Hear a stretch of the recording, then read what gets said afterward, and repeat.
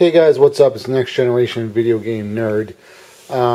Doing somewhat of a video tutorial for another YouTuber who wants to do live commentary with her HD-PVR, the Hauppauge HD-PVR capture card. Alright, first off what you need is a sound mixer, and this is the brand I use, Behringer. I'm not sure if you can see this because I'm shooting in low definition because uploading 720p can take up to 4 hours for me. Now I'm going to talk about how to two different ways on how to do live commentary with a sound mixer. And right now, just want to say I'm using the camcorder I'm using is a Sanyo Exactly 1010. It is a 1080p camcorder, but I'm shooting low definition so I can upload it quicker. But what I want to talk about is the microphone I'm using on this camcorder. It's a non-directional microphone. It's the microphones that most camcorders use, and they pick up audio all around the room. Right now I'm looking at the LCD screen, and the microphone is in front of the LCD screen. So if you can hear my voice pretty well, it's because it's non-directional. With a shotgun microphone will only pick up audio where the microphone is pointing, like how I'm pointing with my finger. Alright, so let's go back to video games. What you want to do if you want to use a microphone to capture your audio from your television and the audio and your voice also, what you want to do is run left and right audio from Xbox 360 or PS3 or Wii directly to your television. Alright, then what you want to do is input a microphone into the Behringer. Bring that microphone probably 6 inches away from your mouth. Maybe if you want to put it on your lap, you can put it on the coffee table or wherever, as long as it's a good non-directional microphone. That'll pick up the audio from your television, it'll pick up your voice, and that microphone will get sent into the Behringer. It will then send a new left and right audio channel right into the Hauppauge HD PVR, and you'll have a mixture of your audio from your television and your voice into your capture. The other way you want to do it is, if you want to get true audio from the Xbox or PS3 or the Wii, what you want to do is you want to split left and right. You want to get 2 splits on right, which is red, and 2 splits on left, which is white. So you pick up these adapters at Monoprice or your local Radio Shack store. What you want to do is, the way they are is, let's say you stick the red in right here. Let's say my knuckle is right there, the input, and it's going to have 2 outputs. So you'll get 2 rights and 2 left channels. Then input one set into your television. That's one right and 1 left. That's red and white into your television. Then you want to pump in two of those into the Behringer sound mixer. Then you want to get, I believe they're called lapel mics, and I'm going to recommend 2 other YouTubers who have done audio video reviews on clip-on microphones that you clip onto your shirt. One guy is called DizzyDougTV, all one word. I'll leave links in the description box. The other guy is T4 Show. He's done a lot of reviews on microphones as well. So check out those 2 channels. So what you want to do is then clip that microphone onto your shirt, and those mics will pick up your voice close to your mouth. So they're not going to pick up audio that's far. So if you're sitting on the couch, it's not going to pick up the TV audio that much. Okay, and so then what happens, the mics coming in here, you have your real Xbox 360 audio coming in. It's being mixed back into the Hauppauge. You get a nice mixture. Always remember to always do a test when you're doing mixtures. Just don't upload directly to YouTube.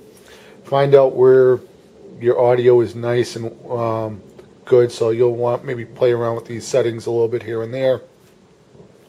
Maybe you have a very loud voice. Maybe you want to tone that down a little bit. Maybe your voice is a little bit soft. You can pump that up a little bit when you're doing your recording.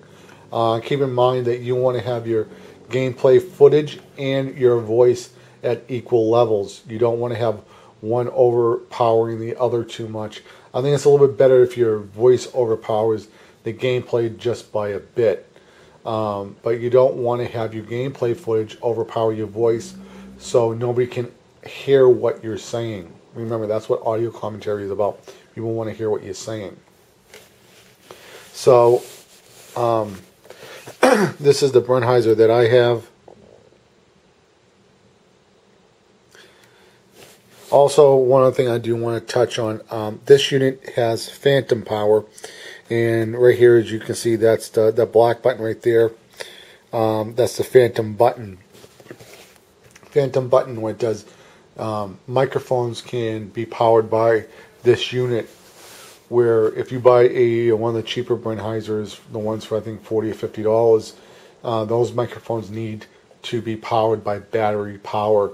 Now, the bad thing about one of those going that route is that if your batteries on your mic go dead, you will lose your live commentary, which is kind of important. So spend a few extra bucks, maybe about 10, 20 bucks more, get a phantom unit.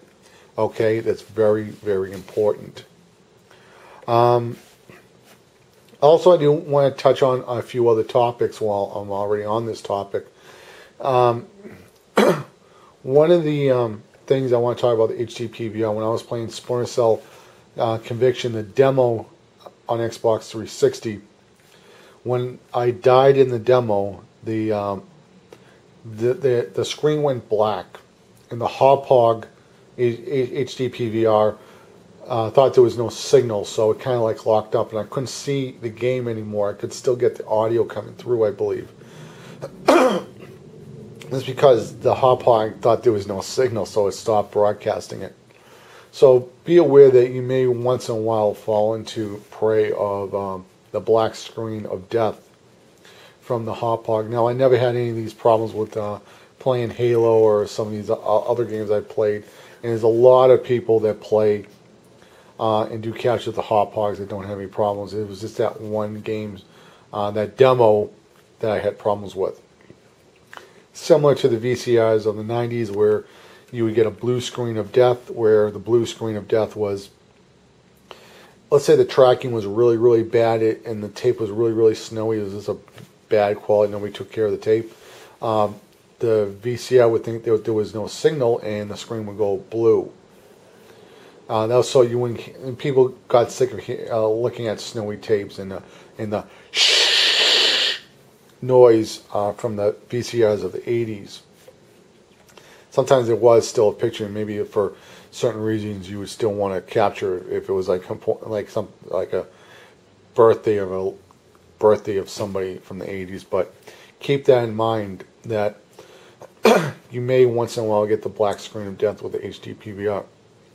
Going on to capturing with camcorders, right now I'm using a Sanyo Exactly 1010. This model is no longer produced by Sanyo. However, there's the 2000A and there's another Sanyo, I forget the model number. Those two camcorders I do recommend for gameplay videos and commentaries, and one of the reasons why I recommend these camcorders is because they record in the MP4 format. MP4 format is the QuickTime video format.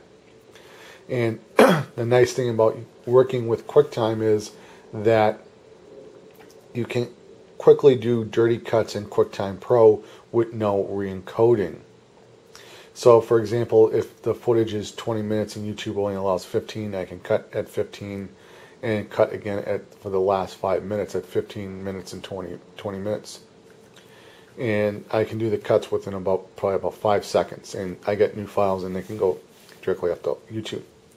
Also, using using a camcorder, you can stop the recordings right at 15 minutes and press record again and keep on going until you and then take the SD card out, pop it right up, on YouTube and upload.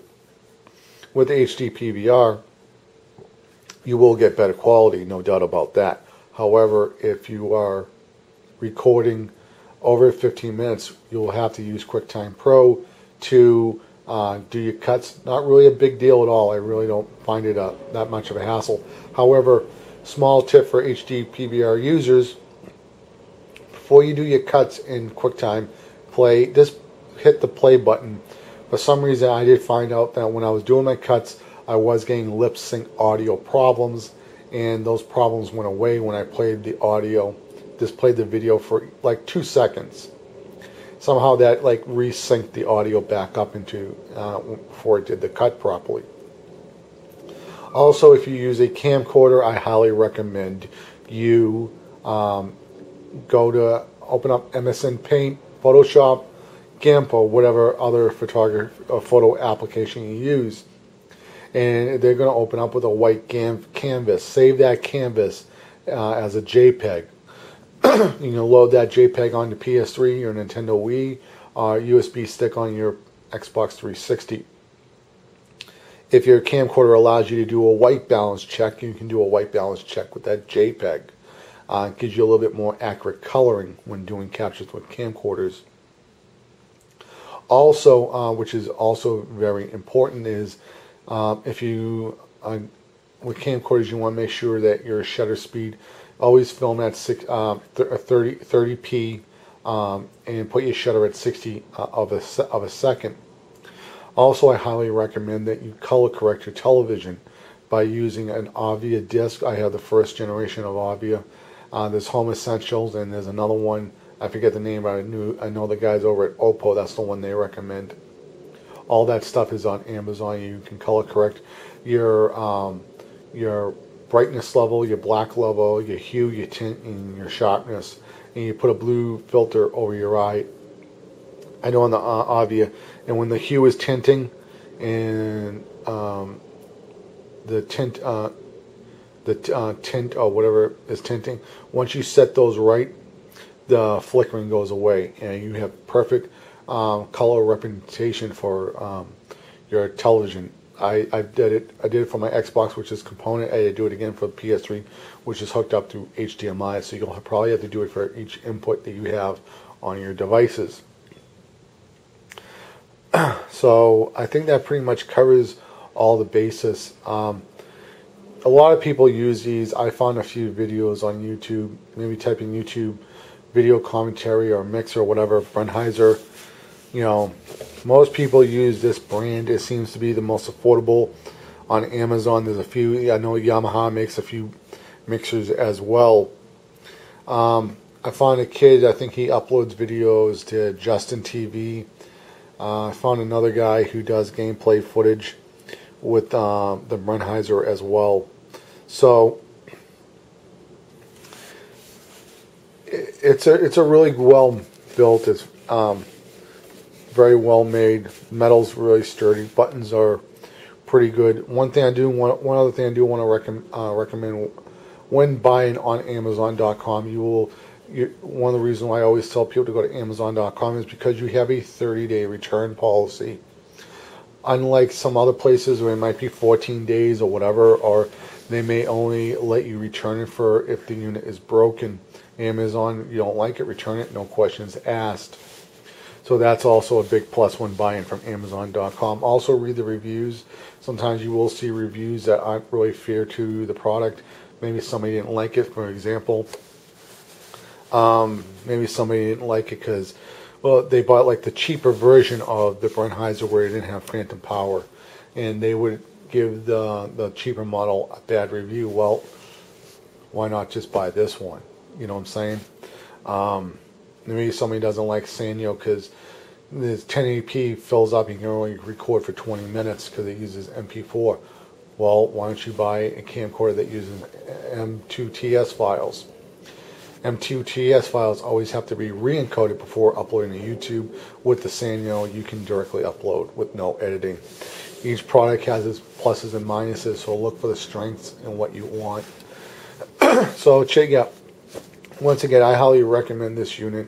It's a very good unit. It seems like This is the brand everybody else uses. Also, really quickly, it has 2 mic inputs for gamers.